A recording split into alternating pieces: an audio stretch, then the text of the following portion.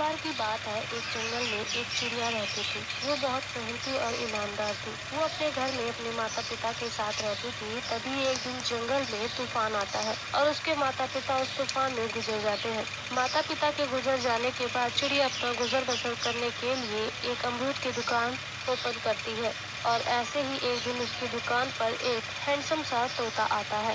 अमरूद कैसे दिए? 10 रुपए किलो। ठीक है, 1 किलो पैक कर दो। चिड़िया अमरूद दे देती है और चिड़िया और तोता की आंखें मिलती है, जैसे वे दोनों एक दूसरे को पसंद करने लग गए हो। तोता डेली उसकी दुकान से सामान लेने लग जाता है और उन दोनों की दोस्ती हो जाती है और उनकी दोस्ती बहुत जल्द प्यार में बदल जाती है। और एक दिन तोता चिड़िया से बोलता है, मुझे आज कुछ सामान नहीं चाहिए, तुम चाहिए।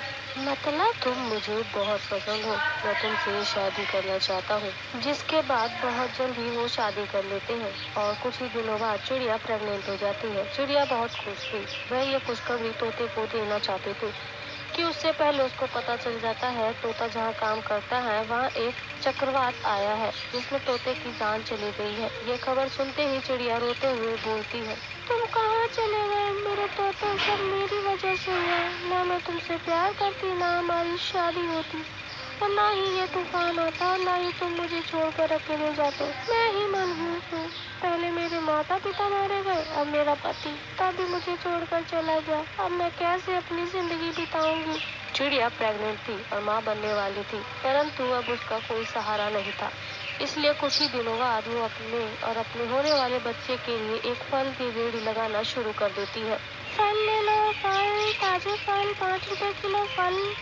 इतनी मेहनत करने के बाद अब कुछ ही दिन बीत जाते हैं और चिड़िया एक बहुत ही प्यारे बच्चे को जन्म देती है जिसका नाम गुल्लू रखती है। और एक दिन वो अपने बच्चे को सुलाते हुए बोलती है, मेरा सोना बच्चा, तू मेरा सहारा बनेगा, मेरा राज दुलारा, मेरी आंखों का तारा।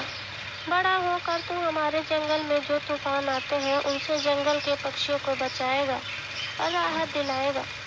समय बीतने लगता है और अब गुल्लू 10 साल का हो जाता है, पर गुल्लू ना तो पढ़ाई में अच्छा होता है ना ही खेल कूद में। इससे परेशान चिड़िया गुल्लू से बोलती है, बेटा तुम पढ़ाई कर लो, मैंने तुम्हें इतनी मेहनत करके पाला है। तुम जानते नहीं हो इतनी परेशानियाँ झेली है ताकि तुम्हें बड़े होकर हमारे जंगल वासियों का भला कर सको। हमारे जंगल में जो तूफान आते हैं तुम उससे पक्षियों की मदद कर सको ताकि कोई भी अपने परिवार से जुदा ना हो सके, जैसे कि मैं। हाँ, तुमने तो आज तक मुझे कोई परेशानी नहीं होने दी, फिर तुम किन परेशानियों की बात कर रही हो? कुछ नहीं गुल्लू, चाहो तुम खेलो बच्चों के साथ और पढ़ाई लिखाई करो। चिड़िया गुल्लू को कुछ नहीं बताती। जब गुल्लू जंगल में घूम रहा होता है तब बूढ़ा चील उससे मिलता है।